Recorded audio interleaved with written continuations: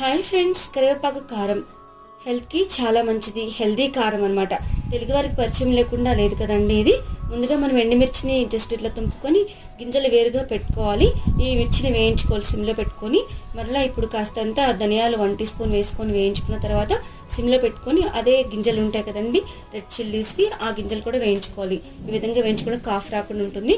అట్లనే కరివేపాకు మనం ముందుగా కడిగి ఎండబెట్టుకొని వాష్ చేసుకొని జస్ట్ తుడుచుకొని ఉంచుకొని కాస్తంత ఆయిల్ వేసుకొని జీలకర్ర కాస్తంత వేసుకొని ఈ విధంగా సిమ్లో పెట్టుకొని వేయించుకోవాలి.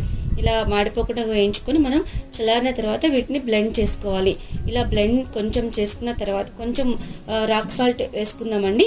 రాక్ సాల్ట్ కూడా వేసుకొని బ్లెండ్ చేసుకున్న తర్వాత కాస్తంత చింతపండు యాడ్ చేసుకుందాము.